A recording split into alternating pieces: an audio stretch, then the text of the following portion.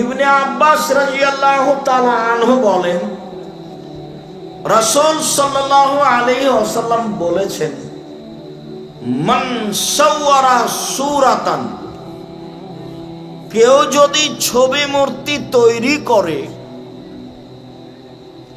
উযযিবা, তাকে পিটানো হবে, অকুল্লেফা, তাকে বাধ্য করা হবে, আয়ানফুখা ফিহা, তাতে আত্মা দিতে, ফালাইসা বিনাফিকিন, কিন্তু সে আত্মা দিতে পারবে না।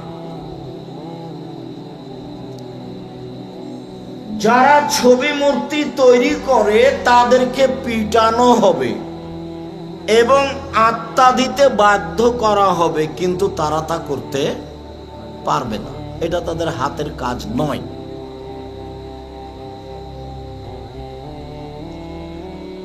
আয়েশা রাদিয়াল্লাহু তাআলা আনহা বলেন, লাম ইয়াকুন ইয়াতরুকু ফি বাইতিহি শায়আন ফিহা তাসালিব ইলা নাকাদা, আল্লাহর নবী বাড়িতে এমন কিছু রাখতেন না যাতে ছবি মূর্তি থাকতো, দেখার সাথে সাথে তিনি ভেঙে ফেলতেন। পৃথিবীর সব মুসলমানকে, আরবি অনারবি, বাংলা ভাষী উর্দু ভাষী সমস্ত পুরুষ নারীর উচিত বাড়িতে ঢুকে যদি দেখে যে শোকেজে কাঁকড়া আছে, ভেঙে দিতে হবে। আপনার স্ত্রী প্লেট কিনেছে, তাতে চিংড়ি মাছ আছে, প্লেট ভেঙে দিতে হবে। আপনি একটা খাট তৈরি করেছেন, তাতে ময়ূর বানানো আছে, ওটা ভেঙে দিতে হবে। যশোরে কোনো এক যুগে একটা লোক খাট তৈরি করেছিল, সেই খাটটা ঢাকা জাদুঘরে আছে। না, যে খাটের নিচের পায়া হলো বাঘ, মানে একটাই পায়া, তো নিচের অংশ কি করা আছে? বাঘ করা আছে। ওর পিঠে পায়া দুটা 5 ফুট পর্যন্ত চারিদিকে মুখ করে আছে, 4টা মহিলা, মানে ওই পায়াই। এবার 5 ফুট পরে পায়া দুটাতে 4টা মহিলা বানানো আছে, ভিতর দিকে মুখ করে, 5 ফুট উপরে শোয়ার জায়গা। মহিলাগুলি ঘোড়া ধরে আছে হাতে। তাহলে কত পরিকল্পনা বানানোতে কত দিন লেগেছে, কত পয়সা খরচ হয়েছে। মানুষের শখ, জাহান্নামে যাওয়ার স্বাদ, জাহান্নামে যাওয়ার স্বাদ, মানুষের স্বাদ আছে জাহান্নামে যাওয়ার। তো আল্লাহর নবী ছবি মূর্তি পূর্ণ কোনো কিছু দেখলে তা ভেঙে দিতেন। বাড়ির দিকে আপনার বাচ্চা যে পায়খানা করে, পট যেটা, সেটা ঘোড়ার আকারে করা আছে, পটটা ভেঙে দিতে হবে। যত কাপড় চুপড় আছে আপনার স্ত্রীর, আপনার ছেলে মেয়ের, যাতে কার্টন আছে, আজকে রাত পর্যন্ত সময় থাকলো, সকাল পর্যন্ত যেন না থাকে। আপনি মুনাফিক হয়ে দিন কাটান, এটা আমি চাইনি। যত কাপড় চুপড়ে আছে কার্টন, আপনার স্ত্রী আজকে রাতে ছিঁড়ে ফেলবে, নইলে কেটে ফেলবে, নইলে জ্বালিয়ে দিবে।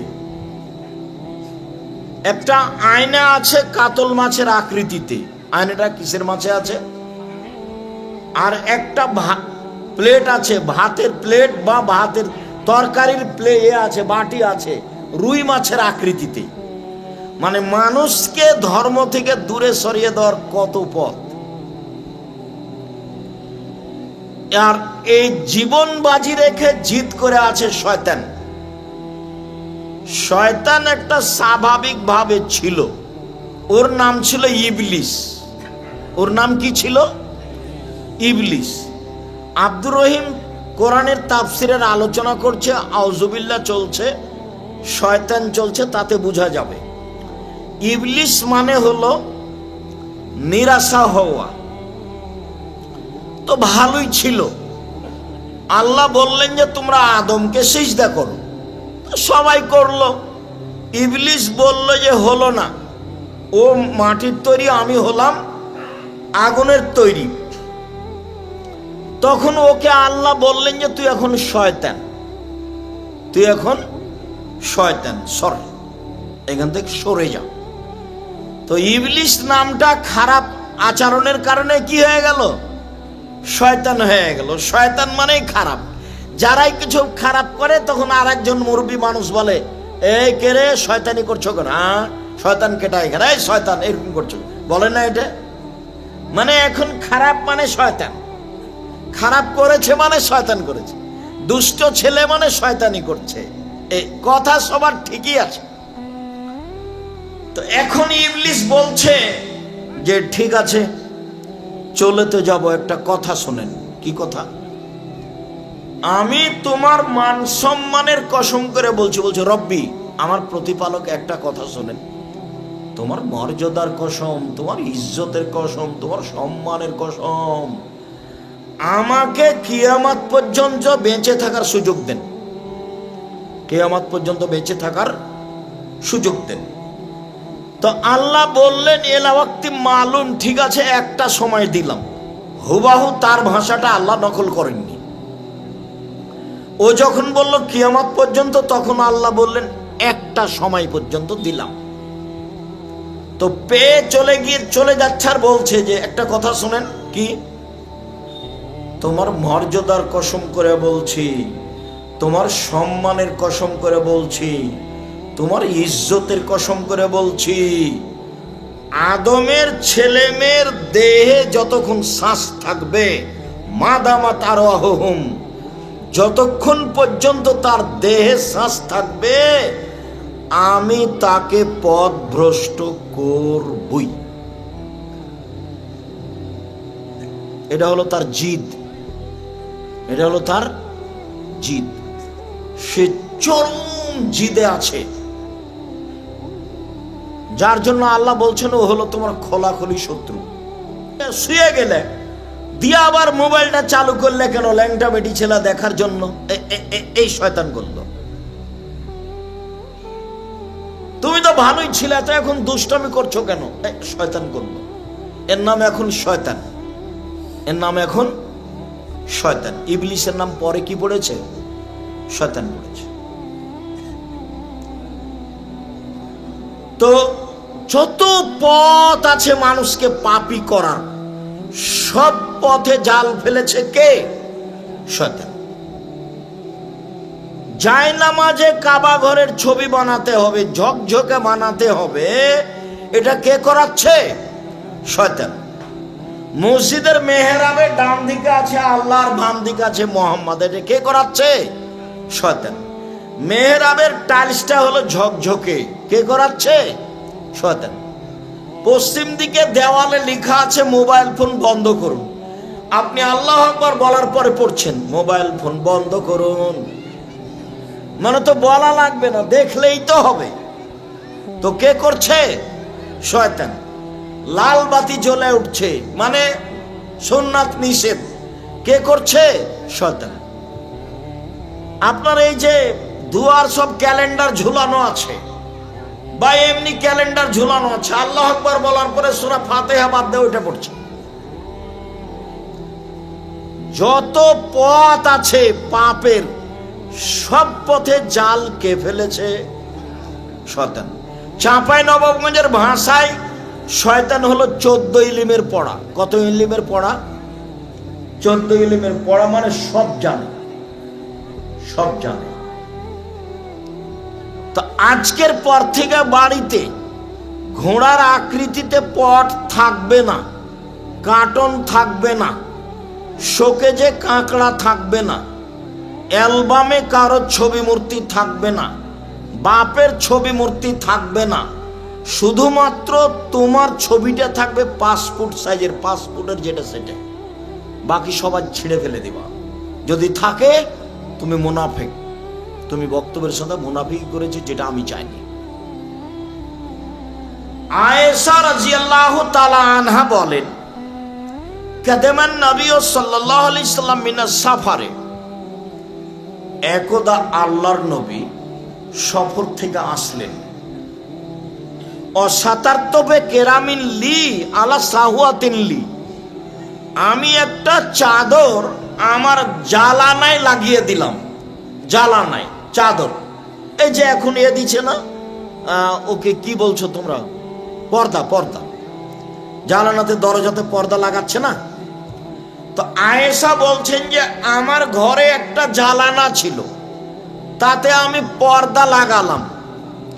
অফিহা তাসাবির, তাতে ছিল ছবি। ফালাম্মা রাহা রাসূলুল্লাহ সাল্লাল্লাহু আলাইহি সাল্লাম হাতাকাহু, আল্লাহ রাসূল দেখেই তাকে ছিঁড়ে ফেলে দিলেন, দেখে ধরে ছিঁড়ে ফেলে দিলেন দেখে। তারপর বলছেন, এই শোনো, আসাদ্দ আযাবিন ইয়াউমাল কিয়ামা আল্লাযীনা ইযাহুনা বিখালকিল্লাহ, যারা আল্লাহর সৃষ্টির সাদৃশ্য করে ওদের শাস্তি বিচার মাঠে সবচেয়ে শক্তিশালী। যারা আল্লাহর সৃষ্টির সাদৃশ্য করে, এই ছেলে ওই যে কথা বলছে তুমি শুনতে পাও না, এই ছেলেরা ওখানে পাহারা দিচ্ছে, এখানে পাহারা দাও, আর ওই মাথায় পাহারা দাও। কে যেন এদিকে কথা বলতে বলতে না আসতে পারে, যাও, তোমাদের পাড়াতে ছেলের অভাব হয়েছে, না হলে যারা মুরব্বী ওই ছেলেগুলোকে পাল্টে দেন যারা কাজ করছে না, আর মজবুত ছেলে লাগান। যারা ওইদিকে চলে যাবে তারা যেন পাশ দিয়ে না যায়, আরো অন্য পথ দিয়ে যাবে, দূর দিয়ে যাবে। ওর তো আমার দাম দেওয়ার প্রয়োজন নাই, ও আসলেই কি আর না আসলেই কি।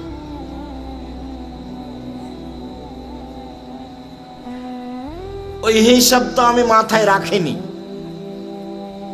সবাই আসবে না এ কথাই ঠিক, দিন যত যাবে মানুষ তত খারাপ হবে এ কথাই ঠিক। মানুষ পশু প্রাণী গরু ছাগলের মতো হয়ে যাবে। আমি এসেছি, তুমি বাড়িতে আছো কেন? আপনি কেন বাড়িতে আছেন? কি আপনার অর্থ সম্পদ আছে? আপনি কয় টাকা রাখেন? আপনার ছেলে মেয়ে কি করে? গোবর তুলে বেড়ায়, আর নাহলে ছবি মূর্তি অঙ্কন করে, আর নাহলে নেতৃত্ব দেয়। এই তো আপনার ছেলে মেয়ে কি করে এমন? আপনি আসেন, ঘুঘুরা তুলে দেবো। আপনি একবার আমার সাথে বসেই দেখেন কয় টাকার মালিক আপনি, আমি একটু দেখি ছেলে মেয়ে আপনার কি করে, একটু দেখি।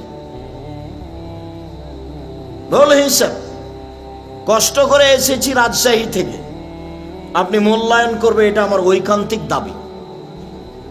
আপনি আসবেন, আপনার স্ত্রী আসবে, আপনার ছেলে মেয়ে আসবে, 1 ঘন্টা 1.5 ঘন্টা এখানে বসে থাকবেন, আমি কিছু বলবো শুনে যাবেন, এটা আমার ঐকান্তিক দাবি। আমার দাবি পূর্ণ করাতে কল্যাণ আছে। তিনি বললেন, আয়েশা,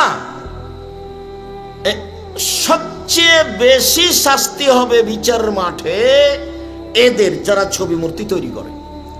আচ্ছা, আগের হাদিসটা হলো এই যে দেখেই তিনি ছিঁড়ে ফেললেন, এবারও দেখে তিনি ছুঁড়ে মারলেন।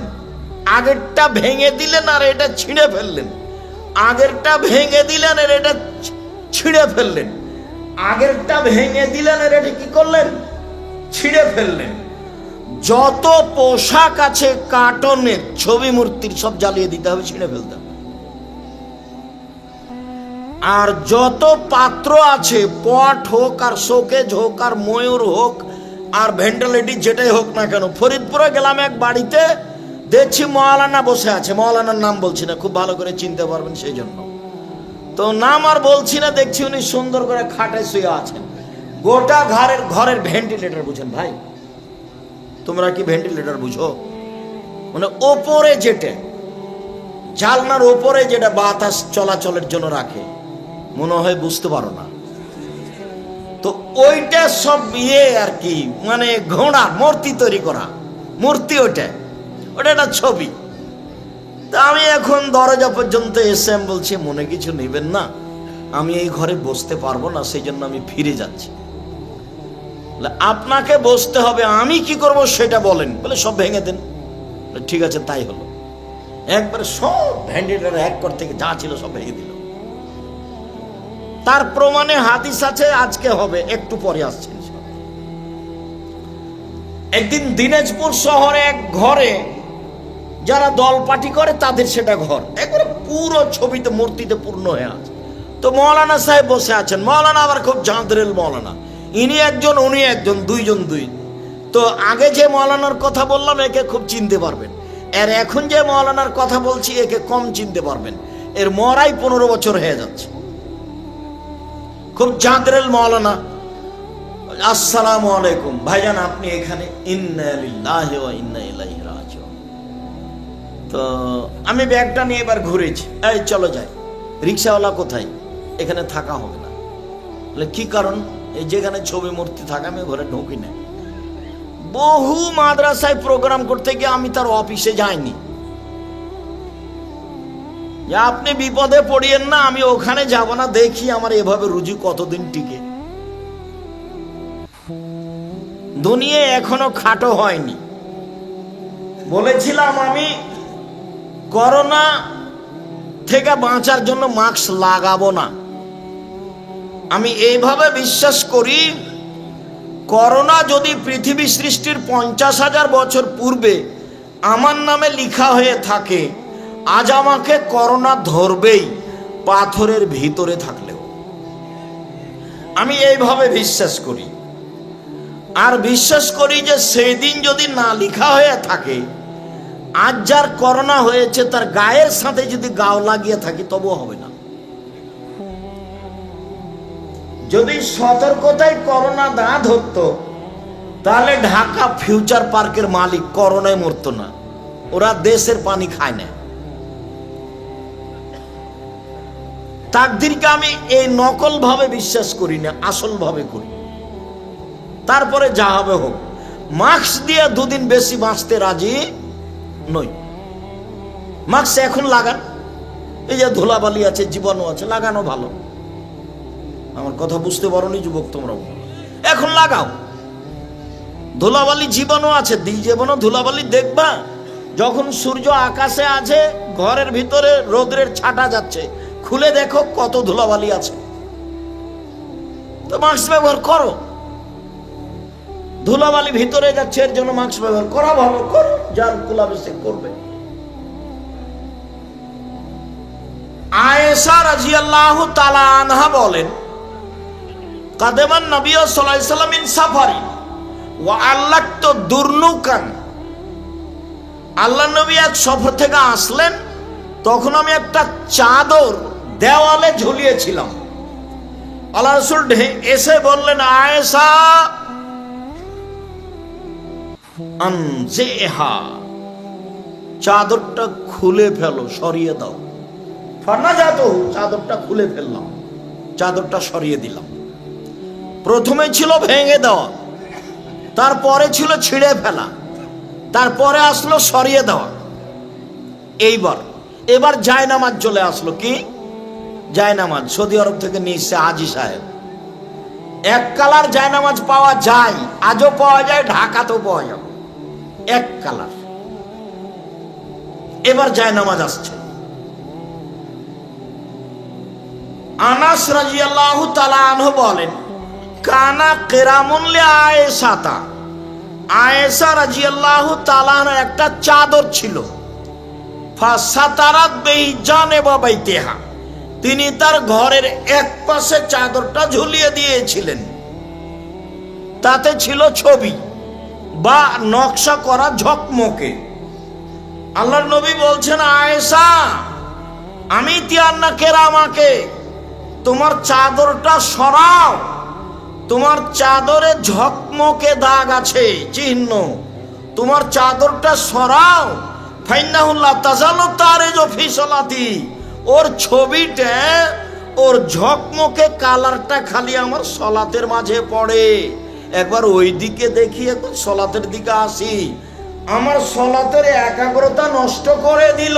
আয়েশা, চাদরটা সরাও, আমি যে একমুখী এক খেয়ালে সলাত আদায় করব এটা কমিয়ে দিল।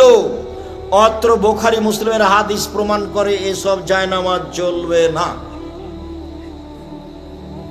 অত্র বুখারী মুসলিমের হাদিস প্রমাণ করে মসজিদে নকশাপূর্ণ টাইল চলবে না, 24 ঘন্টায় ভেঙে ফেলতে হবে, নতুন লাগাতে হবে।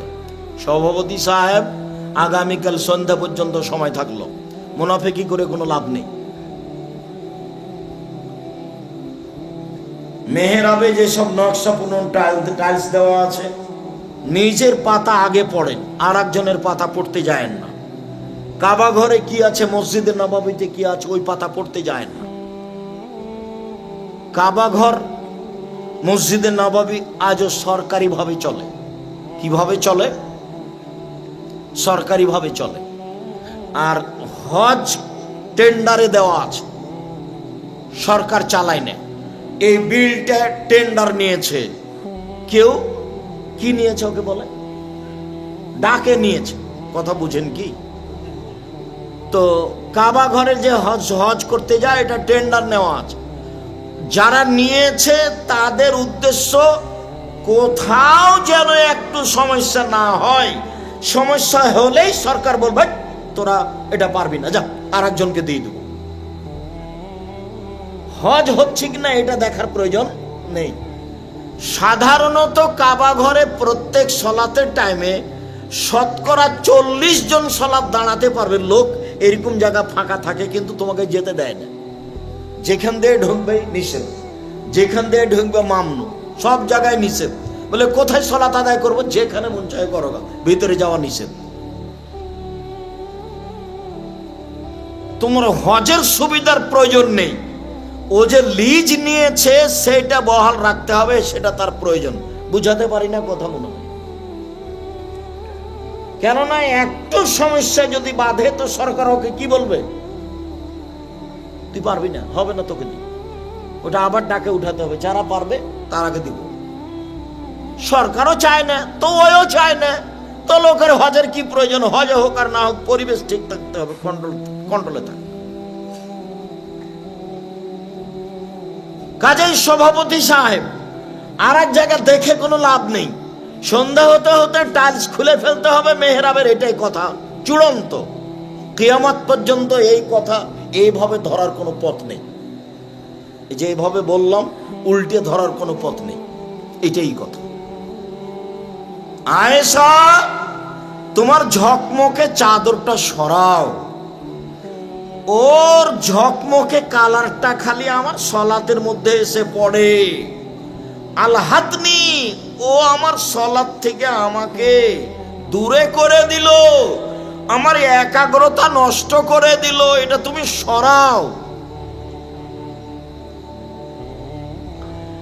আয়েশা রাদিয়াল্লাহু তাআলা আনহা বলেন, ইস্তারাইতু নুমরাকাতান, আমি আয়েশা একটা চাদর কিনেছিলাম, ফিহা তাসাবির, সেই চাদরে ছিল ছবি। তাহলে বোঝা যাচ্ছে যে কাপড়ে ছবি মূর্তি থাকে, এটা আগে থেকে আছে। যে আপনাদের দেখেন আপনার বিছানায় যে চাদর দেওয়া আছে ওতে ময়ূর পাখি আছে, বা আপনার খাটটাতে ময়ূর সাজানো আছে। তো আমি একটা চাদর কিনেছিলাম, তাতে ছিল ছবি। দেখলাম আল্লাহ নবী দরজায় দাঁড়িয়ে গেলেন, ভেতরে ঢুকলেন না। মুখখান দেখে বুঝে নিয়েছি তিনি অসন্তুষ্ট হয়েছেন, তিনি ভিতরে ঢুকলেন না, দরজায় দাঁড়িয়ে গেলেন। আমি যে চাদরটা নিয়েছি তার জন্য সেই চাদরে ছবি আছে, আমি দেখে বুঝে নিয়েছি তিনি মন খারাপ করেছেন। আমি বললাম, আমানতু বিল্লাহি রাসূলিহি লিমা তাদখুলু, আমি আল্লাহকে মানি, রাসূলকে মানি। আমি আল্লাহকে মেনেছি, রাসূলকে মেনেছি। বেইয়ে যামবিন আজনাব, তো আমি কোন পাপ করলাম আপনি ভিতরে আসছেন না কেন? আমি রাসূলকে মানি, আমি আল্লাহকে মানি। আমি বলছি আল্লাহর প্রতি ঈমান আনলাম, আমি বলছি মোহাম্মদ আমার স্বামী, এই কথাটা পরে আমি বলছি মোহাম্মদ নবী, আমি মেনে নিলাম। বলেন আমি কি পাপ করেছি? ভিতরে আসছেন না কেন? না, বুঝাতে পারলাম না। এই কথাটা বলেছিল সারা, যখন সারার গায়ে স্বৈরাচারী শাসক হাত লাগাতে যাচ্ছিল, তখন সারা বলেছিল আমি তোমাকে মানি, তোমার নবী ইব্রাহিমকে মানি। আমি বলি না যে ইব্রাহিম আমার স্বামী, আমি বলছি এই যে আমি সারা মহিলা মানুষ, ইব্রাহিমকে নবী হিসাবে মেনে নিয়েছি, ইব্রাহিম নবী। আর তুমি আল্লাহ, তুমি আল্লাহ আর ইব্রাহিম নবী। এখন আমি ইব্রাহিমের স্ত্রী হই আর না হই সে কথা নয়, তোমাকে মানি, তোমার নবীকে মানি নবী হিসাবে। এই স্বৈরাচারী শাসক যেন আমার গায়ে হাত লাগাতে না পারে। বলা শেষই হয়নি, উল্টে পড়ে গেছে অজ্ঞান হয়ে। এখন আয়েশা বলছেন যে আমি আপনাকে মানি, আল্লাহকে মানি। আমি কি পাপ করেছি? ভিতরে ঢুকছেন না কেন? এখন শুরু হলো। আয়েশা জি, মা যে নোমরকা, এই চাদরটা কেমন? চাদরটা কিসের? এবার দেখেন, ইস্তারাই তোহা লাকা লেতাক ওদা আলাইহা। আরে আপনার জন্যই তো কিনেছি, আপনি তার উপরে বসবেন। তাতাও সাদাহা, তার উপরে আপনি হেলান দিয়ে বসবেন। আমি আপনার সুবিধার জন্যই তো কিনেছি। বোঝা যাচ্ছে স্ত্রী স্বামীকে না বলে কিছু কিনতে পারে। মন খারাপ করবেন না, মারবেন না। এটা অবশ্য জামালপুর, ময়মনসিংহ, নরম স্বভাবের মানুষ, বউকে মারে না।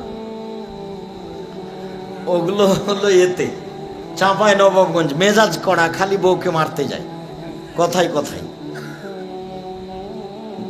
আর জামালপুরের যে ময়মনসিংহের যে কয়েকটা জেলা আছে, তার শেরপুরের চেয়ে, নেত্রকোনা ওই দিকের চেয়ে বেশি ভালো হলো জামালপুর। আব্দুর রাজ্জাক সাহেব কেন? ওদের বাড়ি হলো দুইটে, একটা হলো ভিতর বাড়ি, একটা হলো বাহির বাড়ি। বাহির বাড়িতে থাকে রাখাল কিষেন, আর ভিতর বাড়িতে থাকে মহিলারা, পর্দা করে বেশি। আর যদি আপনি ময়মনসিংহে চলে আসেন, তখন আর বাড়ি ঘেরা নেই, একেবারেই ফাঁকা, দরজাই নেই। বউ যে কোথায় থাকে আমিও বুঝি না। ঠিক এটা সাতক্ষীরার মতো। সাতক্ষীরা ওইদিকে একটা ঘর, এদিকে একটা ঘর, মধ্যে গরুর গাড়ির রাস্তা। কিভাবে জীবিকা নির্বাহ তো আমার বুঝে আসে না। আজও ময়মনসিংহ জেলার জীবিকা নির্বাহ কিভাবে অধিক পার্সেন্ট মানুষের আমার বুঝে আসে না। আপনার বউ এখানে কিভাবে থাকে? এই যে ফাঁকা, চতুর্দিক ঘেরা লাগবে, একটা দরজা লাগবে, সেখানে কাঠের দরজা থাকবে, না হয় টিনের থাকবে, না একটা পর্দা ঝুলবে, আপনি সালাম দিয়ে ঢুকবেন। আপনার স্ত্রী যখন রাতে শুইতে যাবে, তখন বিসমিল্লাহ বলে একটা কাঠখড়ি দরজা রেখে দিবে। সকাল পর্যন্ত শয়তানের বাবা এখান দিয়ে ঢুকতে পারবে না। এটার নাম রাসূলের নীতি, এটার নাম রাসূলের নীতি। তো দরজাই নাই, আপনি রাখবেন কোথায়? সবই যে ফাঁকা। তো নরম মেজাজের মানুষ আপনারা, বউকে গালি দেন না, মারেন না, এটাই ভালো। একদিন হাকিম ইবনে হেজামাল কোশাইরি বলছেন, আল্লাহর নবী, মাক্কো যাও যাতে না আলাইহে, আমাদের স্ত্রীরা আমাদের কাছে কি পায়, আমরা স্ত্রীদের কি কি করতে পারি, ওরা আমাদের কাছে কি পাওনা রাখে। তো আল্লাহ রাসূল বলেন, এক, যে মানের খাও সে মানের খাওয়ায়ও। দুই, যে মানের পরো সে মানের পরায়ও। তিন, অলা তুকাব্বে, কটু কথা বলো না। গালি দেওয়া তো বহু দূরের কথা, কখনো বলা যাবে না তোমার ঠোঁটটা মোটা, 10 বছর ভালোবাসবে না। কখনো বলা হবে না তোমার রংটা কালো, এই দুর্বল সাইডে যাওয়া হবে না। খালি প্রশংসা করবেন, তোমার মতো কোনো মেয়ে দেখি না, তোমার চাল চলন আদব কায়দা খুব ভালো, সারা রাত পা টিপে দিবে।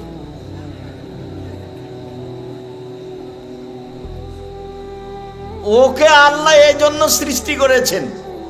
বর্তমান পুরুষ নারী যে জন্য বুঝেছে সেই জন্য নয়। আল্লাহ এক জায়গাতে বলছেন যে ও নারী জাতি, তোমাদেরকে সৃষ্টি করা হয়েছে গয়না গাঁঠি দিয়ে, স্বর্ণ অলংকার দিয়ে, আর তোমরা প্রতিবাদে মুখামুখি টিকতে পারো না। আল্লাহ এভাবে বলছেন। আবার আল্লাহ বলছেন দেখো, তোমাদেরকে সৃষ্টি করা হয়েছে লিতাসকুনু ইলাইহা, তাহলে তোমাদের কাছে তোমার স্বামী শান্তি পাবে, তৃপ্তি পাবে। স্ত্রী হলো শান্তি দেওয়া বস্তু, স্ত্রী হলো তৃপ্তি দেওয়া বস্তু, স্ত্রী হলো ভালোবাসার বস্তু। স্ত্রী আবার বাজারে যাবে কেন? ব্যাংকে যাবে কেন? ব্যাংকের ম্যানেজারের ধাক্কা খাওয়ার জন্য? সব বোকামি। ও হলো বাড়ির জিনিস, ওর সৃষ্টি ভিন্ন। মানুষ দিয়েই চলতো, শুধু পুরুষ মানুষ দিয়ে। কিন্তু পুরুষ মানুষকে শান্তি তৃপ্তি দেওয়ার জন্য পরে তাকে সৃষ্টি করা হয়েছে আদম থেকে। 4, মুখের ওপরে মারো না। 5, তোমার বাড়ি ছাড়া কোথাও যেতে দিও না। আপনার স্ত্রী মায়ের বাড়ি যেতে পাবে না, খালার বাড়ি যেতে পাবে না, ফুফুর বাড়ি যেতে পাবে না, আত্মীয় স্বজনের বাড়ি যেতে পাবে না। জরুরি প্রয়োজন ছাড়া আপনার বাড়ি ত্যাগ করতে পাবে না। জরুরি প্রয়োজনে বাড়ি থেকে বের হলে ইসলামী পোশাক বের হবে। আর শ্বশুর বাড়িতে বউ রাখবা না কোনো সময়। যেদিন যাবা, যেতে নিষেধ করো না, কসম করে নে তোকে পাঠাবো না, এটা বলিও না। নাহলে আবার 12 কেজি 12.5 কেজি চাউল দেওয়া লাগবে ফকিরকে, 10 জন ফকিরকে। যদি বলে থাকো যে তোর বাপের বাড়ি আমি আর কোনোদিন যাব না, তাহলে এখন কি করতে হবে? কাফারা দিতে হবে। কত কাফারা? 12.5 কেজি চাউল 10 জন ফকিরকে, 1.25 কেজি করে। তুমি যদি বলে থাকো দেখো আমি যদি অমুকের ছেলে হই তাহলে তোকে আর কোনোদিন তোর বাপের বাড়ি যেতে দেব না, তোমার কথা ভুল হয়ে গেছে। যেতে দিতে হবে, এ কথাই ঠিক। 12.5 কেজি চাউল দিতে হবে 10 জন ফকিরকে, তাহলে এখন তুমি স্বাভাবিক হয়ে গেছো, যাও। এটা কাফারা, এই কথা। তবে কিভাবে যাবে? তুমি সাথে যাবা, সকালে যাবা, বিকালে আসবা। আব্দুল রাজ্জাক সাহেব, আমার শ্বশুর বাড়ি অনেক দূর, আজ যাবা কাল আসবা, বাস এইটুকু, এর চেয়ে বেশি নয়। ওখানে থাকতে দেওয়া হবে না। পুরুষ হিসেবে পুরুষের পরিচয় দিয়ে জীবিকা নির্বাহ করতে হবে। 1, যে মানের খাচ্ছ সে মানের খাওয়াও, যে মানের পরো কাপড় সে মানের পরাও। 2, 3, মুখের ওপরে মারো না। 4, কটু কথা বলো না। 5, তোমার বাড়ি ছাড়া কোথাও থাকতে দিও না। এগুলো কার কথা? আল্লাহর নবী মুহাম্মদ সাল্লাল্লাহু আলাইহি সাল্লামের কথা। করলেন, এতেই আছে। আয়েশা শোনো, আসাদ্দু আযাবিন ইয়াউমাল কিয়ামা আল্লাযীনা ইউসাব্বিরুনা, বিচারের মাঠে সবচেয়ে বেশি শাস্তি হবে ওদের যারা ছবি মূর্তি তৈরি করে। 1, আয়েশা ওয়া ইউকালু লাহুম আইহুমা খালাকতুম। 2, যারা ছবি মূর্তি তৈরি করে তাদেরকে আত্মা দিতে বাধ্য করা হবে। 3, ইন্নাল বাইতাল্লাযী ফিহা সূরা লা তাদখুলু, যেই বাড়িতে ঘরে কুকুর থাকে, ছবি মূর্তি থাকে, সেই ঘরে প্রবেশ করে না ফেরেশতা। 1, প্রথম হৃদয় স্তর, বুখারী মুসলিমের হাদিস। দরজায় আপনাকে দাঁড়িয়ে যেতে হবে, ভিতরে ঢুকতে পাবেন না। বা ঘরের দরজা দেখতে পাচ্ছেন যে ঘরে এরকম চাদর আছে, বিছনা আছে, বালিশ আছে, আয়না আছে, দরজায় আজকে দাঁড়াতে হবে, ঘরের দরজায়। এই শোনো, ওই যে এটা নিয়ে আসো তো, তোমার ওই যে কাতল মাছের আয়না খান নিয়ে আসো, আগে ভাঙবো তারপরে। মুনাফিক হয়ে না, এটাই করতে হবে। মুনাফিকি করে কোনো লাভ নেই, সবচেয়ে বড় পাপ। ইবনে আব্বাস রাদিয়াল্লাহু তাআলা আনহু বলেন, এইবার আল্লাহর নবী ঢুকলেন না ছবি মূর্তি থাকার কারণে। এবার রসুলের বাড়িতে জিবরাইল ঢুকবেন না, বুঝাতে পারি না। আল্লাহর রাসূল ঢুকলেন না বাড়িতে, কেন? ছবি মূর্তি থাকার কারণে। এবার জিবরাইল ঢুকবেন না আল্লাহ রাসূলের বাড়িতে কুকুরের কারণে। এ দেখেন শুরু হলো, বুখারী মুসলিমের হাদিস। ইবনে আব্বাস রাদিয়াল্লাহু তাআলা আনহা বলেন, আখবারাতনি মাইমুনা, মাইমুনা একদা বললেন যে আসবাহ রাসূলুল্লাহ সাল্লাল্লাহু আলাইহি ওয়াসাল্লাম ওয়াজমান, আমি একদা আল্লাহ রাসূলকে সকাল করতে দেখলাম চিন্তিত অবস্থায়, মুখখান খুব ভারী ভারী চিন্তিত। আমি মাইমুনা বললাম, আল্লাহর নবী ইস্তানকারত হাইয়াতাকা মুনজুল ইয়াউমে, সকাল থেকে মুখখান বিবর্ণ দেখছি কেন? আপনার চেহারাটা যেন কেমন কেমন হয়ে গেছে সকাল থেকে, এমনটা দেখছি কেন? স্ত্রীতে বলছেন মাইমুনা। এবার আল্লাহ রাসূল বলছেন, মাইমুনা শোনো, ইন্না জিবরাইলা কানা ওয়াদানি আয়ালকানি আল্লাহ লা তাফালাম ইয়ালকানি মা খালাফা ওয়াল্লাহি মা খালাফা ওয়াদা। মাইমুনা শোনো, গত রাতে জিবরাইল আমার সাথে সাক্ষাৎ করবেন ওয়াদা করেছিলেন, জিবরাইল আসেননি। আমি চিন্তিত, আল্লাহর কসম জিবরাইল কোনোদিন ওয়াদা করে আসেননি এমন ঘটেনি, জিবরাইল ওয়াদা করে আসেননি এমন ঘটেনি। বুঝলাম না ঘটনা কি? ফাদাল্লা ইয়াউমাহু যালিকা আলা যালিকা, দিন পার হয়ে যাচ্ছে চিন্তিত অবস্থায়। হঠাৎ করে মনে পড়ল খাটের নিচে মনে হয় একটা কুকুরের বাচ্চা আছে। ফা মারাবেই ফা উখরে যা, কুকুরের বাচ্চাটাকে সরানোর আদেশ করা হলো। ফা খাজাল মা বেয়াদিহি, নিজে হাতে তিনি পানি নিলেন। ফা নাজাহা আলা মাকানিহি, যেখানে কুকুরের বাচ্চাটা শুয়েছিল সেখানে পানি ছিটিয়ে দিলেন। ফালাম্মা আমসা লাকিয়া জিবরাইল, সন্ধ্যা হতে না হতে জিবরাইল চলে আসলেন। কালালাহু, আল্লাহর নবী তাকে বললেন, আনতা কুনতা ওয়াতানি আল্লাহ লা তাফলাম তালকানি, জিবরাইল আপনি আমার সাথে গত রাত্রে সাক্ষাৎ করব ওয়াদা করেছিলেন, আপনি আসলেন না। জিবরাইল বলছেন, আজাল, জি হ্যাঁ এসেছিলাম, জি হ্যাঁ এসেছিলাম। লা নাদখুলু বাইতান ফিহি কালবুন ওয়া তাসাবির, আমরা যে ঘরে কুকুর থাকে ছবি থাকে সে ঘরে প্রবেশ করি না, এসেছিলাম ঘুরে গেছি। হাদিস বুখারী মুসলিম। বোঝা যায় না মনে হয়? এই বাচ্চা, এই ছেলে কি ঢং দেখাচ্ছ? আপনারা খুব খেয়াল করবেন, আমরা তো শেষের দিকে চলে এসেছি। তোমার এমন কি অধৈর্যের ব্যাপার ঘটে গেল?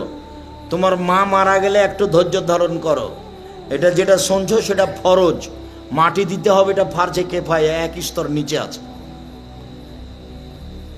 কিছুক্ষণ পরে শেষ হয়ে যাবে, তখন মায়ের জানাজা মাটি টাটি দেওয়া কাজ শুরু করবে।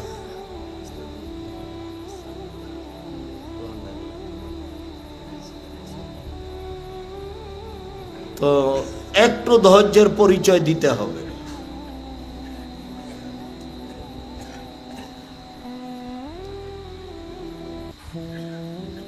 সালেম ইবনে আব্দুল্লাহ, আব্দুল্লাহ ইবনে সালেম বলছেন যে আরাস্ত ফি আহাদে আবি, আমি অলিমার ব্যবস্থা করলাম আমার বাপের জীবদ্দশায়, মানে আমার আব্বা আমার বিবাহের অলিমার ব্যবস্থা করলেন। ফাআদানা আবিয়ান নাসা, আমার আব্বা জনগণকে দাওয়াত দিয়েছিলেন। ওয়াকানা আবু আইয়ুব আনসারী ফিমা আদানা, যাদের দাওয়াত দিয়েছিলেন তার মধ্যে ছিলেন বিশিষ্ট সাহাবী আবু আইয়ুব আনসারী। অসতেরা বাইতি বেনেজানিদ আখজারা, তো আমার অলিমার কারণে আমাদের বাড়িতে সাদা সবুজ চাদর দিয়ে সাজানো হয়েছিল। আমাদের বাড়িটা কেমন চাদর দিয়ে সাজানো হয়েছিল? সবুজ চাদর দিয়ে। যার কারণে যেসব জালসা বক্তব্যে অনেক দিন পর্যন্ত, অনেক দূর পর্যন্ত আলোকসজ্জা বাল্ব দেওয়া থাকে, আমি তাৎক্ষণিক সেগুলো ভেঙে ফেলতে বলি। স্টেজ সাজানো থাকলে ফুল দিয়ে, তাকে আমি খুলে ফেলতে বলি। এই দেখেন তার প্রমাণ নগদ, এক খেয়ালে চেয়ে থাকবেন।